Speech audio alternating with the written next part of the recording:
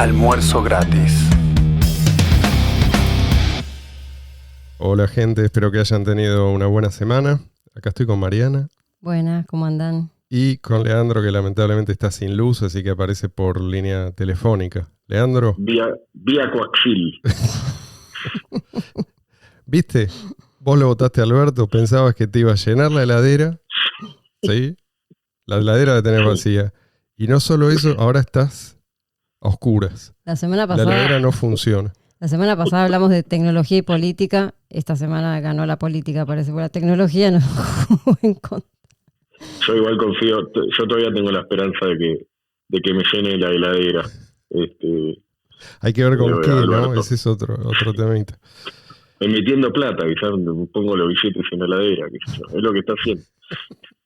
Por lo menos se corta la luz, no se pudren. Quiero, chicos, si me acompañan, empezar recordando algo que solemos olvidar. Y es que las sociedades complejas son algo nuevo. ¿Están sorprendidos de lo que dije? Pensé que se había cortado la comunicación. Bueno, no les estoy viendo hoy.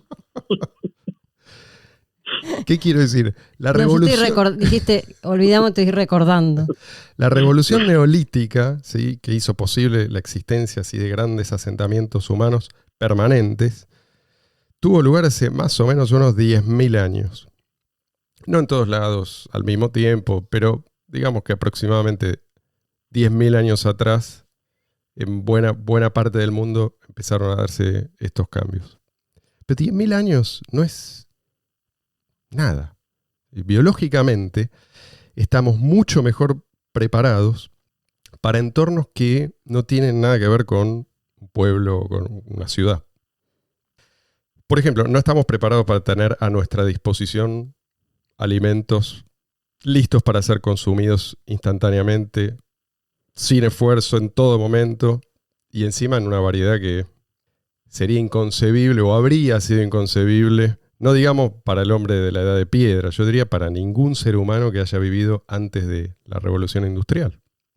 Entonces, tendemos a comer de más y a enfermar por eso, y tenemos que luchar contra esa tendencia. Pero no porque estamos fallados, sino simplemente porque no evolucionamos en entornos como los que hoy acogen a buena parte de la población mundial. Entonces, comer de más hoy en general es algo perjudicial. Pero tenía sentido. Ahí donde no sabíamos cuándo íbamos a volver a comer, tenía sentido atiborrarse. Como especie llevamos mucho, pero mucho más tiempo viviendo como cazadores-recolectores que viviendo en lo que entendemos por sociedades civilizadas. O sea, lo natural para nosotros, puede decirse, es la tribu. Ese pequeño grupo de pertenencia que se mantiene en el nivel de subsistencia. Lo natural es esto, es que conozcamos a unos pocos seres humanos con los que tenemos una relación directa y además una fuerte dependencia mutua. Y si llegamos a sobrevivir y a prosperar como especie, es en gran medida justamente gracias a nuestra lealtad a ese pequeño grupo y a la hostilidad con otros grupos. Pero bueno, esto también es cierto, pero no es el tema de hoy. ¿Escucharon ustedes hablar del número de, no sé si se pronuncia de esta manera, pero Dunbar o Dunbar? No. ¿Saben a qué me refiero? No. Niet. O el número de, vamos a llamarlo Dunbar, porque así se llama en realidad el antropólogo que lo propuso, se llama Robert Dunbar. Representa un límite cognitivo que aparentemente determina la máxima cantidad de personas con las que podemos nosotros mantener relaciones sociales estables. Y esto es relaciones que nos permiten saber quién es cada persona dentro de un grupo y cómo se relaciona cada persona con las demás. O sea, el número es 150. Ese es como el tope, ¿no? Nuestro cerebro, él dice, no estaría muy bien cableado para el mundo moderno, ¿sí? No, por eso estoy pensando, porque hoy en día, o sea, redes Claro, sociales, internet, tenés... ¿Qué? Se refiere a gente como más cercana que cualquiera que esté en las redes sociales. Exacto. De hecho, a mí el 150 me parece un número bastante excesivo. Yo creo que cada Por eso vez digo. más. Claro, es un límite, es el A límite mí- superior, según él. Sí, sí, me parecía demasiado en mi caso, pero yo, viste, la gente hoy en día que anda, o sea, en las redes, siente que tiene un montón de amigos. Pero la comunidad efectiva, ¿sí? No puede superar 150 personas. En este sentido, ¿no? O sea, ya si vamos más allá, podemos hablar de otras formas de organización, pero no podemos nosotros tener el mismo tipo de relación que tenemos dentro de una tribu con, no sé, millones de personas. La confianza y... Exactamente. Ah, está bien, está bien. Lo cierto es que como especie nosotros le debemos mucho al conformismo.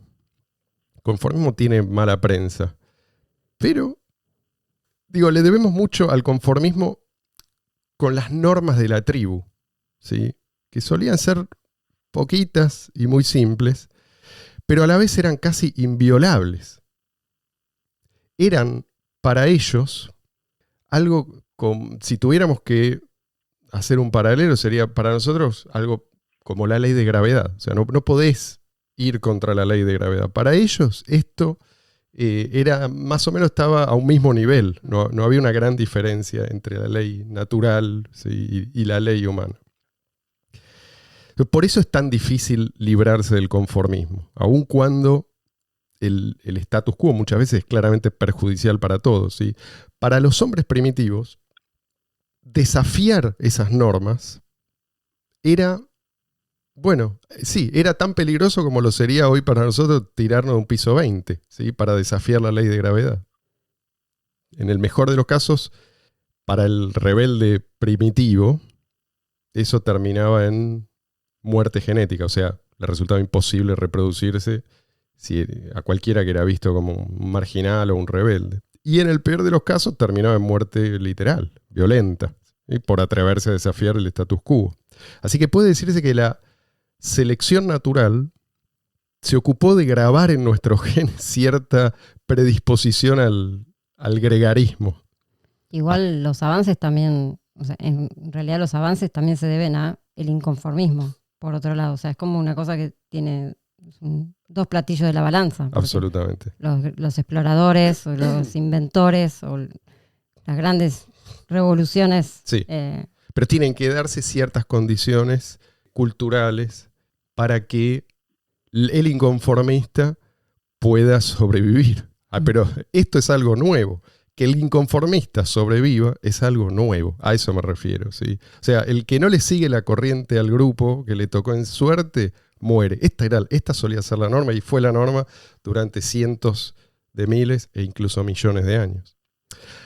Bueno, sigue pasando de así cuando en distintos grupos, sobre todo religiosos, muy religiosos, digamos, ortodoxos, quizás hasta a veces muy fanáticos, alguien también se abre, ¿no? de eso. Algunos, digo, no los matan, pero quizás sí socialmente. Tal cual. Se me ocurren los mormones, no sé, los musulmanes también más fanáticos, los judíos ortodoxos, en familias también de otras ramas cristianas también, que es como que también, ¿no? Es como son, si bien obviamente tiene mucho más de 150 personas, sí. En el mundo que se mueven son muchas menos, porque incluso en estos grupos de personas muy religiosas también hay como pequeños grupos que tienen que seguir como también determinadas pautas, y cuando se abren es como que mueren socialmente. Sí, de hecho, no me acuerdo si eran los judíos ortodoxos o cuál, que hacen, si hay uno que se va del judaísmo o se va de la familia, hacen realmente como una especie de velorio y entierro, aunque la persona no haya muerto. Esto es una manera de conservar. No me acuerdo, pero lo habíamos leído en algún momento, no me acuerdo cuál es, pero en la mente de ellos lo velan y lo entierran, o le hacen la ceremonia como si hubiera muerto. Son maneras de mantener la cohesión. ¿Sí? En el Islam radical le hacen el velorio, pero con el tipo adentro. Eso sí. Sí. Lo único que no se mantiene es la cohesión entre la cabeza y el resto del cuerpo. Pero para los demás es una buena lección. ¿Sí? Entonces, ¿por qué digo todo esto? A lo que voy es que somos relativamente nuevos en esto de determinar. 70.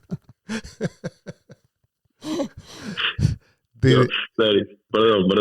De determinar cuáles son las normas que conviene adoptar y hacer cumplir. O sea, quién tiene que hacerlo, cómo tiene que hacerlo, cómo se justifica. Son todas cosas que no hemos resuelto, pero está bien, seguimos intentándolo. Somos animales testarudos. Así que algún día vamos a resolver este problema. ¿Cuál es el problema? El problema es que pasamos de un código muy simple e incuestionable, que dentro de nuestro pequeño grupo de cazadores-recolectores se confundía con la propia naturaleza de la realidad, a experimentar con códigos que aspiramos a que sean respetados por millones de personas. Las instituciones pasaron de ser prácticamente inmutables y adaptadas a un contexto de nula o muy escasa innovación, pasaron a ser una extraña mezcla de tradición y creación. Creación mediante la cual se pretende coordinar las acciones de decenas de miles o centenares de miles, incluso millones de personas. Y personas que obviamente no tienen vínculos directos entre sí. La revolución neolítica, es decir, el dominio de la agricultura, el establecimiento así de grandes poblaciones sedentarias, nos obligó a enfrentar nuevas realidades sociales. Y estas nuevas realidades sociales requerían nuevas instituciones. Entonces hay una relación como de mutua influencia, ¿no? Entre estas posibilidades, entre estas condiciones ambientales y la cultura a la que da lugar. Entonces nos motivó a aceptar normas abstractas de conducta, ¿sí? Normas que están por encima de las que imponen las relaciones tribales directas. Y también nos hizo amigos de ciertas instituciones impersonales, ¿sí? Que hacen posible la convivencia mutuamente beneficiosa en sociedades no tribales. La moneda es precisamente una de estas instituciones. No podemos tener amplia adopción de una moneda si no tenemos primero esas capacidades. El comercio evolucionó, la forma de comerciar evolucionó a medida que la moneda se fue creando una moneda cada vez mejor o más. Claro, pero antes se puede confiar. Antes de poder incorporar el hábito del comercio, es necesario contar con una noción bastante definida de lo que es propio, lo que es ajeno, de los límites de la propiedad. Es necesario que todos los que están involucrados en una operación se sometan a reglas estables. El valor de las cosas. Y antes de todo eso, es necesario que haya un excedente que proteger. También, claro. ¿Sí? Tiene que haber un exceso de producción que no se consume. En otras palabras, tiene que haber ahorro en lo que sea, en granos, por ejemplo, o en ganado, para que se perciba la necesidad de contar con un producto que facilite los intercambios. Ya, antes de la revolución neolítica, no teníamos la posibilidad de ahorrar para el futuro. Nuestro capital y nuestro seguro también era simplemente el respeto de los otros miembros de la tribu, la aceptación de los demás. No había dinero. Quizás lo más parecido al dinero era el registro mental de los favores que nos hacíamos unos a otros, ¿sí? Por eso quizás somos tan buenos para determinar y para recordar, ¿no? Quién nos debe algo y con quién estamos endeudados. Es algo que hasta los chicos hacen muy bien. Pero compartir el producto de la caza y de la recolección, o las herramientas rudimentarias que se usaban, era para ellos, para nuestros ancestros, una necesidad, ¿sí? Hoy es opcional, por eso se plantea como un problema a resolver, ¿no? O sea, ¿con quién deberíamos compartir? ¿Cuánto deberíamos compartir? ¿Y cuánto deberíamos quedarnos? ¿Y por qué? Nada de esto se planteaba el hombre primitivo. O sea, llevarse bien con el grupo era una necesidad, no podíamos elegir.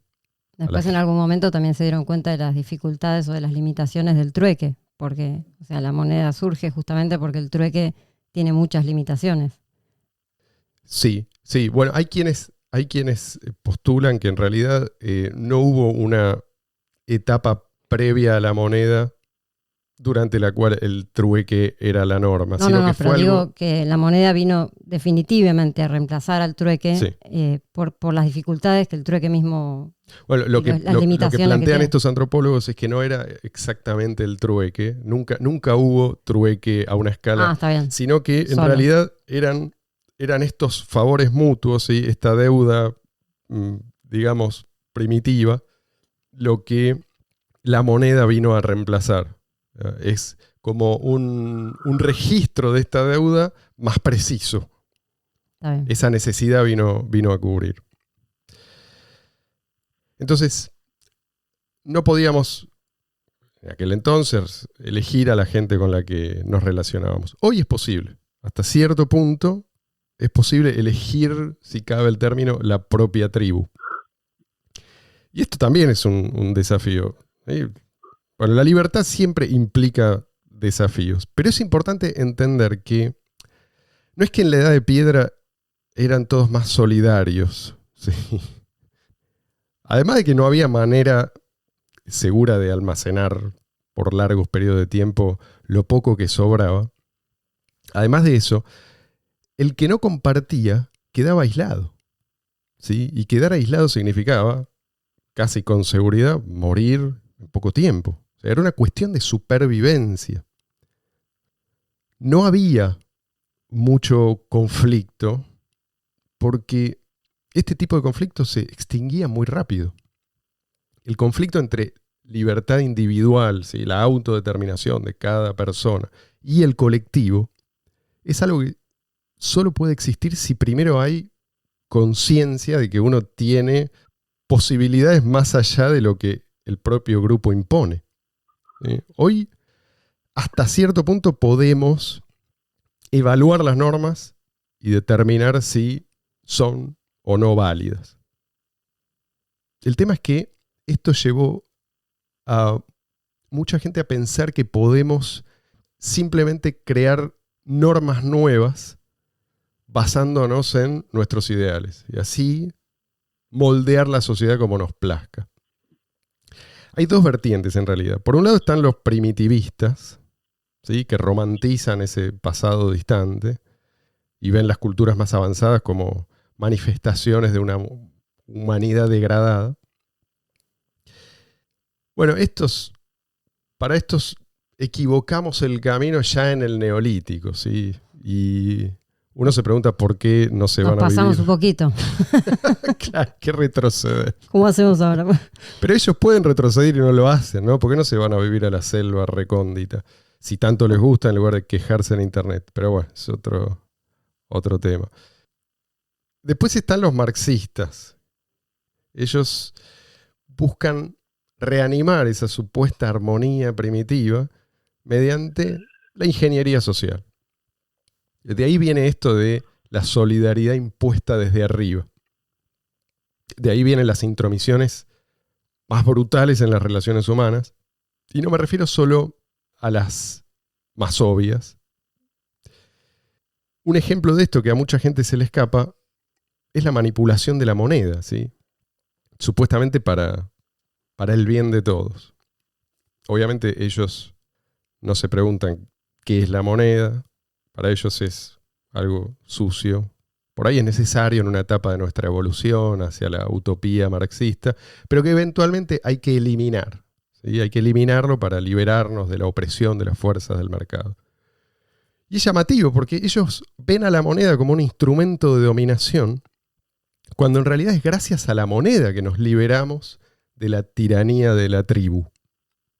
Es gracias a la moneda que podemos reconocer a otros, a los que no forman parte de la tribu, como potenciales amigos, como gente que puede aportarnos valor en un intercambio pacífico. Gracias a la moneda ni siquiera es necesario conocerlos para aprovechar su conocimiento, su creatividad, su capacidad productiva. Lo que hace la buena moneda es transportar información fiable. Es como una red de cables, de buenos cables, que transmiten señales útiles. Estas señales son los precios, y los precios reflejan la escasez relativa de los distintos recursos según su oferta y demanda en cada momento. O sea, esto involucra una cantidad de información inimaginable, que además cambia permanentemente, porque es información que está, en última instancia, en la mente de cada persona. Las necesidades y los deseos cambian permanentemente. Por eso nadie puede dirigir eficientemente la producción y la distribución de bienes en una sociedad compleja. Ninguna supercomputadora puede reemplazar al mercado. Todo lo que pueda hacer el planificador central, aunque tenga computadoras superpoderosas, es interferir con el mercado.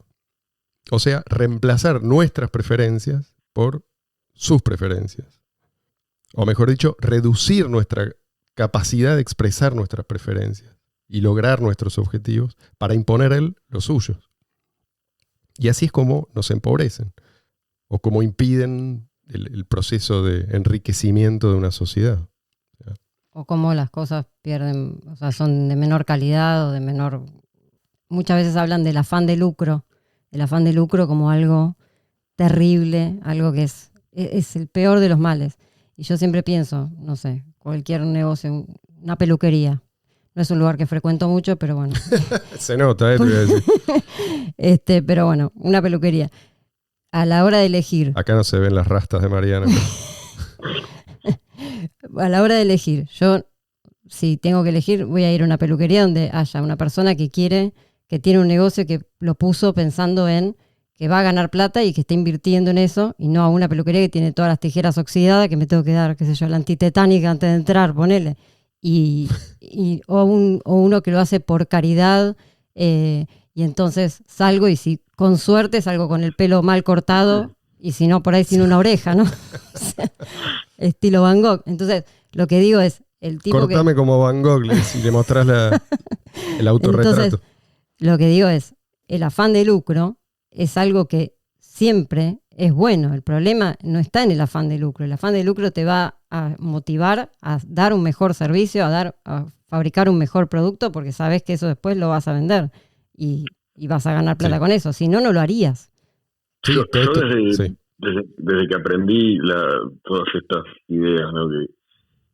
Nuevas en su momento, cuando no entendía, digamos, cómo funcionaba el mercado ni nada, uno ve la televisión, escucha la radio y suelen atacar, bueno, obviamente los políticos también, muchos políticos suelen atacar al empresario porque tiene todo el dinero y supuestamente ese dinero se lo saca al resto.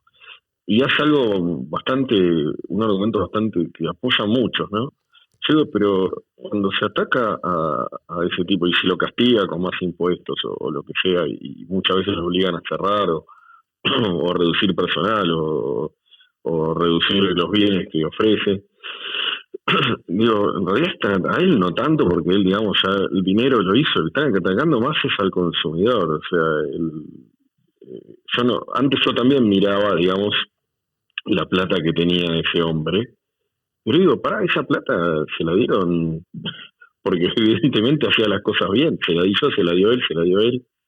Entonces nos conviene que le vaya bien, no nos conviene que le vaya mal. Claro, pero fíjate que para entender todo esto vos tenés que superar los límites de la mentalidad tribal.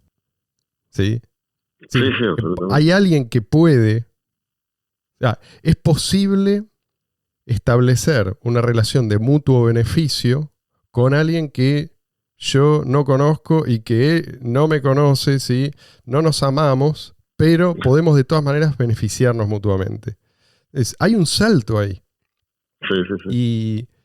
Y por eso digo que esto no es fácil y no va a ser fácil por mucho tiempo, porque no estamos preparados. Es algo que tenemos que aprender, ¿sí? Todos tenemos que aprenderlo. Y si no lo transmitimos, se pierde y volvemos a hacer, no sé si a cero, pero caemos Porque bastante. aparte un empresario, cuanto más grande es la empresa y más empleados tiene, a medida que crece esa empresa, más gente depende de él. Entonces, si vos lo castigás a él, estás castigando indirectamente y directamente a toda la gente que depende, todos los empleados y el resto de la gente que depende de él. Entonces, no estás castigando a una sola persona, estás castigando un grupo grande de personas. Pero si vos mostrás a una persona como fuente de los males que sufren los demás, vos estás apelando justamente a ese esquema tribal que instintivamente ¿sí?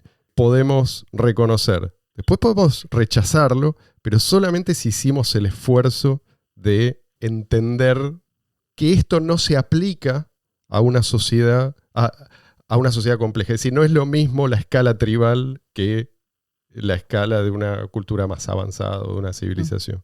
O sea, lo que vos querés decir, sociedad, Marcelo, es que sí. un político lo que trata de hacer es decir que somos todos una tribu de 50 millones de personas. Sí, señor, eso es el comunismo. Comunismo claro. es lo que busca es, no sé qué es lo que buscan cada comunista, ¿sí? Pero ni ellos saben. Quizás muchos de ellos no lo saben, pero digo, el éxito del comunismo se debe a que pretenden vendernos la sociedad como una tribu. Y eso es algo que, bueno, a mucha gente le resulta atractivo, a un nivel casi inconsciente, ¿sí? O sea, vos sos de los nuestros o sos un enemigo y Sí, hay que purgarte. Peor que antes. Porque antes por lo menos es mucho peor que antes, porque antes, digamos, mucho peor, porque no es una tribu de 100 personas, ahora absolutamente, 50 millones. Y las instituciones de la tribu funcionan a ese nivel, pero vos tratás de trasladar eso a una sociedad de millones de personas y lo que vas a tener como resultado son, bueno, fosas comunes llenas de millones de cadáveres. Ya lo hemos visto en cada ocasión en que se intentó el comunismo. Sí. Pero hablábamos de la moneda y no quiero desviarme del tema, pues me parece que, a ver, si hablamos de los crímenes del socialismo, es fácil saber a qué nos referimos si mostramos a las víctimas directas, ¿no? de la tortura, del asesinato, del hambre.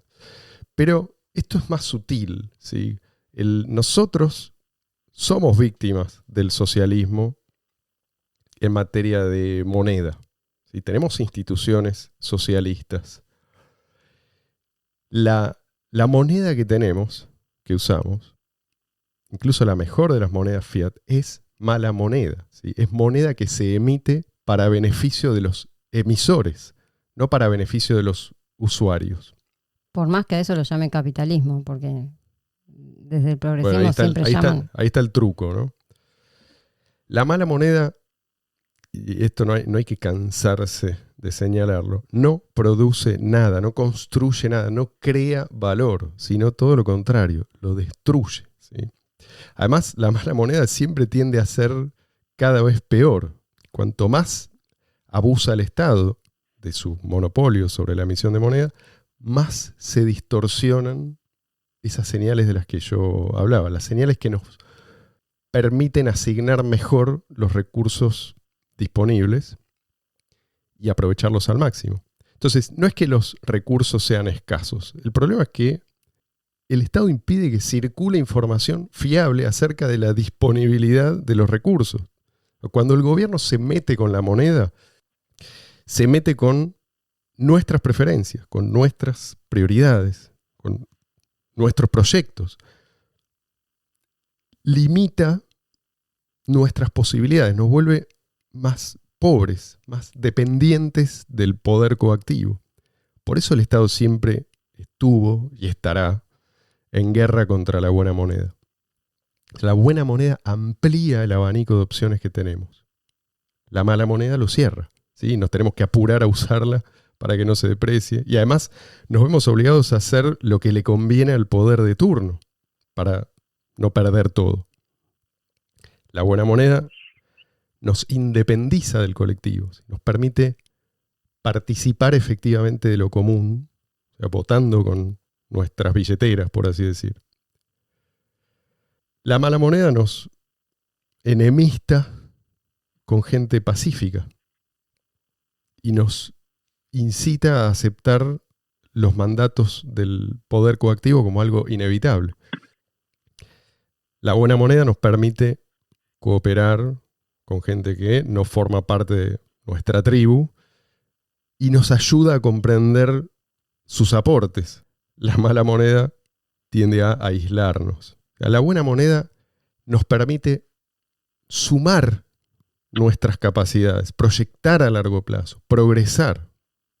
La mala moneda nos empuja a nuestro pasado tribal, nos convierte en enemigos, en personas que luchan en un juego de suma cero. Por eso digo que la moneda nos humaniza, o sea, la buena moneda. Y la buena noticia, creo que en esto vamos a estar de acuerdo, me encanta cuando estamos de acuerdo en todo, me encanta la concordia en este programa. La buena noticia, no se va. La buena noticia es que hoy no solo tenemos monedas digitales fuera de las garras del poder político, sino que tenemos competencia entre monedas que aspiran a ser moneda ideal. Es decir, una moneda cuya emisión nadie controla, ¿sí? Blindada contra la manipulación, que no puede ser confiscada, que puede usarse fácilmente y sin fricción, que cada uno puede usar libremente sin dar explicaciones a nadie. O sea, lo único que falta es que el común de la gente tome conciencia de que la moneda no es un monopolio natural del Estado, ¿sí? De que en realidad el Estado lo que hizo fue secuestrar la moneda y pervertirla. Pero no se van a dar cuenta de esto leyendo a Menger, seguramente. O la gran mayoría no, ¿sí? Se van a dar cuenta de esto usando criptomonedas. Así que con este mensaje quiero cerrar. Promovamos el uso de criptomonedas, no importa cuál. Cada operación que alguien hace con cripto socava el monopolio estatal, aun si esa persona no sabe que eso es lo que está haciendo.